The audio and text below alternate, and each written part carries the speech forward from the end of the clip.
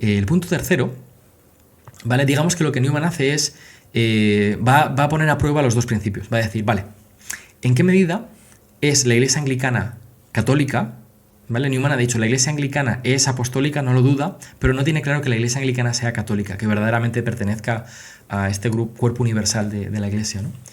Y lo va a explorar, lo va a llevar hasta sus últimas consecuencias, hasta en qué medida puedo decir que la Iglesia anglicana es católica. Y viceversa, va a explorar en qué medida la Iglesia católica es apostólica. Es decir, ¿puedo afirmar que la Iglesia católica verdaderamente se remonta a la Iglesia de los apóstoles? ¿Y cómo puedo hacer eso, ¿no? Sin dudar de que es católica, pero dudando del otro rasgo, ¿me entendéis, no? Y entonces estos dos intentos, tal y como los he estructurado yo para que se entienda, ¿no? Resumiendo un poco la conversión de Newman, son lo que, por un lado, va a constituir el fin de la vía media, en el tercer punto que vamos a comentar, que es la exploración de la catolicidad de la Iglesia de Inglaterra, que fracasa para Newman. Y por otro lado, lo que va a ser el ensayo sobre el desarrollo de la doctrina, que es la respuesta que Newman da a la cuestión de si la Iglesia católica romana es apostólica.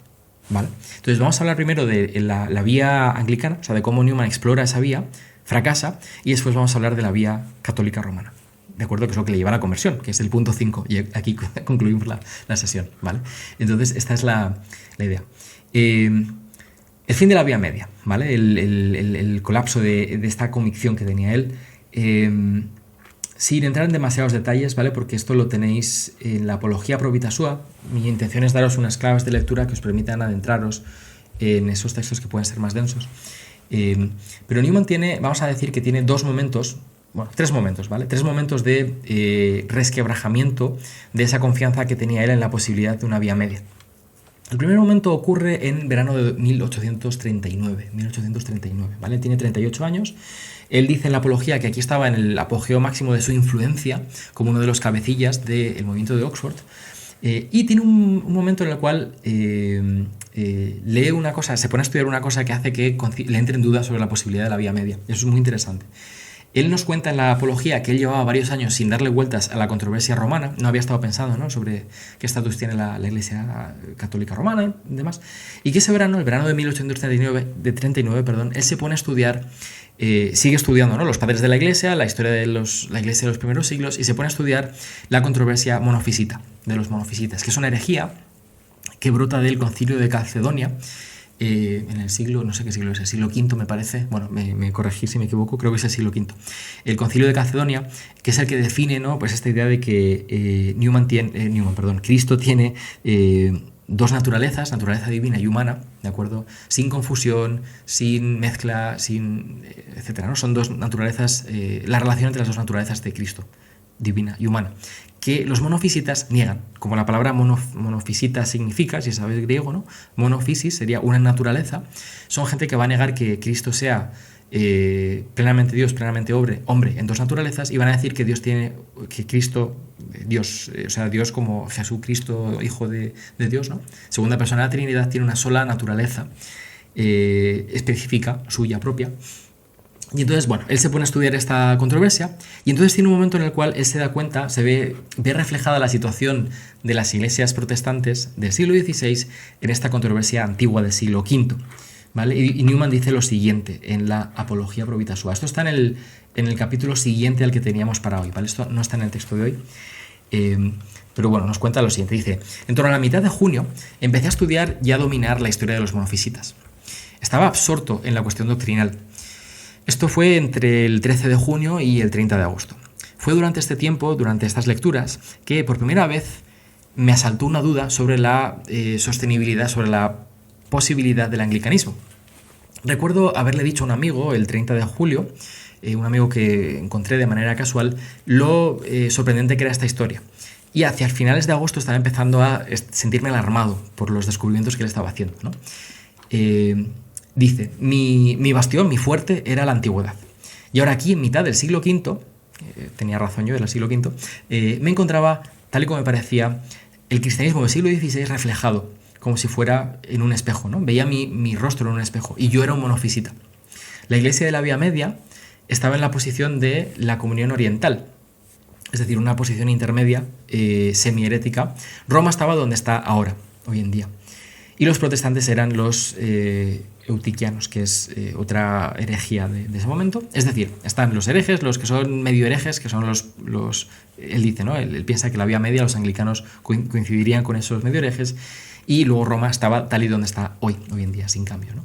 De todos los pasajes de la historia, desde que ha habido historia, ¿quién hubiera pensado que nos tendríamos que ir a los dichos y a los hechos del viejo Eutiques, que es ese viejo loco, dice Newman, para ser convertido a Roma, ¿no? A la iglesia de Roma? Bien, pues entonces tiene este primer shock que le empieza a inducir esta duda, esta idea de la posición de la iglesia anglicana, ¿no? Con respecto a la iglesia de Roma. Y luego, justo después de esto, en septiembre, como parte del mismo golpe, un amigo suyo le da a leer una revista irlandesa, de publicación irlandesa, ¿no? Católica, donde lee un artículo escrito por uno de los grandes clérigos católicos de la época, que habla sobre San Agustín y sobre la controversia que tiene San Agustín en el norte de África con los donatistas, que bueno, en fin, son un partido separatista dentro de la Iglesia de África. Bueno, no nos interesa mucho. Newman dice que conocía muy bien la historia de San Agustín y el contexto de la vida de San Agustín, pero que en ese texto hay una frase que dice San Agustín que le choca, que es la idea de securus judicat orbis terrarum, ¿no? Juzga con certeza, con seguridad el orbe de la tierra. Y el amigo suyo que le da esta revista, ¿no? Le dice, qué curioso, esta frase, securus judicat orbis terrarum, securus judicat orbis terrarum. La iglesia juzga, ¿no? Con certeza el orbe terrestre, es decir, la iglesia es la que tiene la potestad de ejercer juicios prudenciales sobre a quién excluir y a quién perdonar y volver a aceptar dentro del contexto de la iglesia, etcétera, ¿no? Lo dice de la siguiente manera, lo dice muy bien. Este amigo, ¿no? Repetía estas palabras una y otra vez, y cuando se fue seguían sonando en mis oídos, securus judicat orbis terrarum. Eran las palabras que iban más allá del problema de los donatistas, también se aplicaban a los monofisitas. Le daban una cierta coherencia a ese artículo que se me había escapado en una primera leída, ¿no? En primer lugar. Y decidían cuestiones eclesiásticas sobre un principio mucho más sencillo que el de la antigüedad o el de la apostolicidad. Digo más, San Agustín era uno de los principales oráculos de la antigüedad, y aquí estaba la antigüedad decidiendo contra sí misma. ¿Qué luz esto lanzó sobre cualquier controversia, ¿no? En la iglesia? Se da cuenta entonces eso de que, resumiendo un poco más lo que dice, no es preciso discernir, ¿no? Esta cuestión de las notas de la iglesia, cuál es la iglesia que tiene estas características o no, sino que hay una iglesia que es universal y que es reconocible de todos y que tiene simple y llanamente autoridad para juzgar. Tiene las llaves para abrir y para cerrar, para atar y desatar. Y entonces dice, y esto es muy interesante, fijaos, compara este momento con el momento tole lege en las confesiones de San Agustín, cuando, si os acordáis, porque lo comentamos en ese curso, cuando San Agustín se convierte, que escucha a unos niños cantando esta canción, ¿no? en un patio vecino. Tole lege dice, para mí fue exactamente, ¿no? Como esta frase, ¿no? de San Agustín. Securus judicat orbis terrarum. Por esas grandes palabras de este antiguo padre, de San Agustín, que interpretaban y resumían el largo y variado curso de la historia eclesiástica, la teoría de la Vía Media fue pulverizada, absolutamente pulverizada, dice Newman. ¿No? Esta idea de una Vía Media desapareció. No hay tal posibilidad de tener un montón de iglesias distintas que se remonten a los apóstoles y que cada una clame una cierta independencia o autoridad. Hay una sola iglesia que tiene autoridad sobre todas las demás, ¿no? Esa es un poco la idea. Y lo más interesante es que aquí Newman nos dice, ¿qué ocurre después de este shock, ¿no? De este momento de impacto? Bueno, pues que le sacude, se lo comenta a un par de amigos y después se olvida. Y no le vuelve a dar más vueltas. Es una cosa súper curiosa. No vuelve a pensar sobre ello, ¿no? Sigue a lo suyo, los días pasan, la vida pasa y no hace nada al respecto. Pero es una duda que le volverá a visitar más adelante, ¿de acuerdo? A veces esto es muy interesante a nivel psicológico, pienso yo, ¿no? Esta vez nos ocurre en nuestra vida, que nos entran dudas profundas sobre alguna cuestión fundamental que tenemos y, bueno, pues la pensamos, la consideramos y simplemente seguimos con nuestra vida como si nada.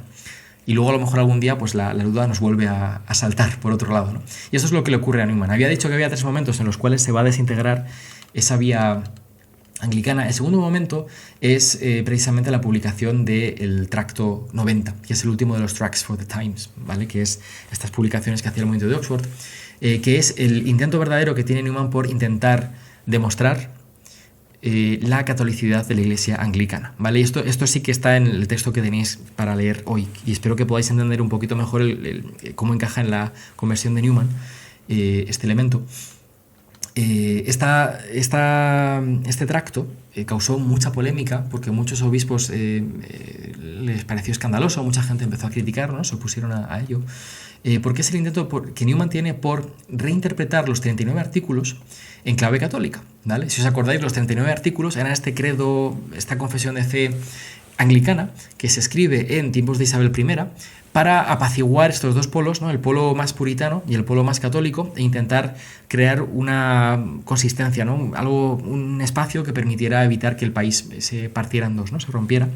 Y entonces Newman va a examinar en mucho detalle el argumento, pues bueno, lo tenéis ahí en la Apología Pro Vita Sua, va a examinar los 39 artículos, que son como un credo fundamental, es algo básico, ¿no? Para entender lo que son los anglicanos, que los propios estudiantes tenían que jurarlos al matricularse a la Universidad de Oxford, ¿no? Para que entendáis su importancia. Y va a decir, bueno, los artículos están redactados contra el papismo, pero el papismo es un fenómeno político, no religioso. Primera consideración que tiene, ¿no? Y el objetivo de los artículos, de hecho, no es tanto excluir a los católicos, sino convencer a los católicos ingleses que quedaban en ese momento en Inglaterra de que abrazaran la reforma protestante y decir, mirad, aquí tenéis otra interpretación no católica, pero que os permitiría ser casi católicos, ¿no? Como nosotros.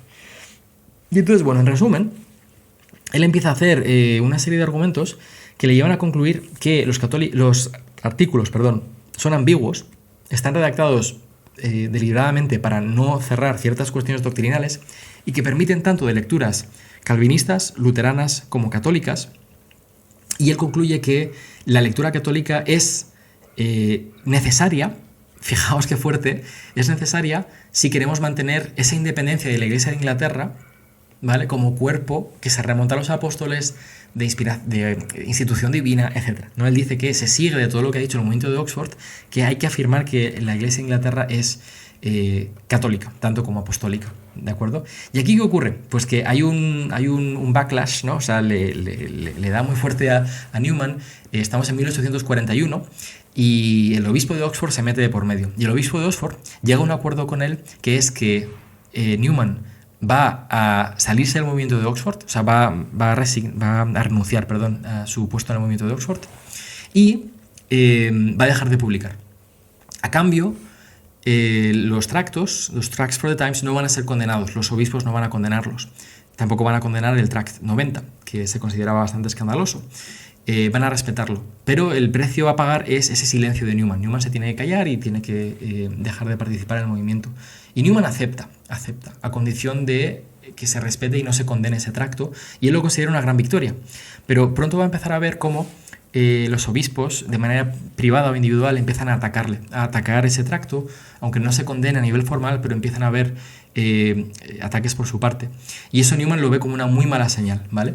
Y lo que termina ocurriendo en el verano de 1841, de ese mismo año, es todo este asunto que cuenta Newman también en el siguiente capítulo, que es el de una diócesis anglicana en Jerusalén, ¿vale? Digamos que la Iglesia de Inglaterra se alía con la Iglesia de Prusia, la Iglesia protestante de Prusia, ¿vale? Que es ese núcleo de lo que luego va a ser Alemania, se alía con la Iglesia de Prusia para crear una diócesis de carácter protestante en Jerusalén, que era un territorio donde no había mucha gente, no había muchos protestantes, y por lo tanto un experimento de esas características era posible. Se va a aliar con la Iglesia de Prusia para instituir un nuevo obispo e intentar acoger en su paraguas, en esa diócesis, a todos los protestantes luteranos, calvinistas, de cualquier denominación que hubiera ahí. Y Newman dice, vale, ya los obispos no solamente ya no están tan calladitos, sino que activamente están promoviendo la alianza, la unión con cuerpos eclesiásticos protestantes, que él ha intentado demostrar en el movimiento de Oxford no son intrínsecos en esa identidad anglicana, ¿no? Y esto Newman le hace que le surja la duda radical de, pues entonces a lo mejor la Iglesia anglicana no es lo que dice ser, no es tan apostólica como pensábamos que era, ¿vale? Y es donde viene ese momento de crisis. Hola, acabas de ver un extracto del curso John Henry Newman y su tiempo, una introducción en 4 sesiones a la vida y obra de este santo y nuevo doctor de la Iglesia Católica. Para acceder al curso completo, suscríbete a patreon.com/laencrucijada, donde además de disponer de una biblioteca de contenidos sobre filosofía y literatura y de formar parte de una comunidad de aprendices online, estarás ayudándome a mí a producir este podcast. Los Patreons tienen acceso anticipado a nuevos episodios y además derecho de voto sobre futuros contenidos de La Encrucijada. Gracias a todas las personas que hacéis posible este proyecto y nos vemos en el próximo episodio.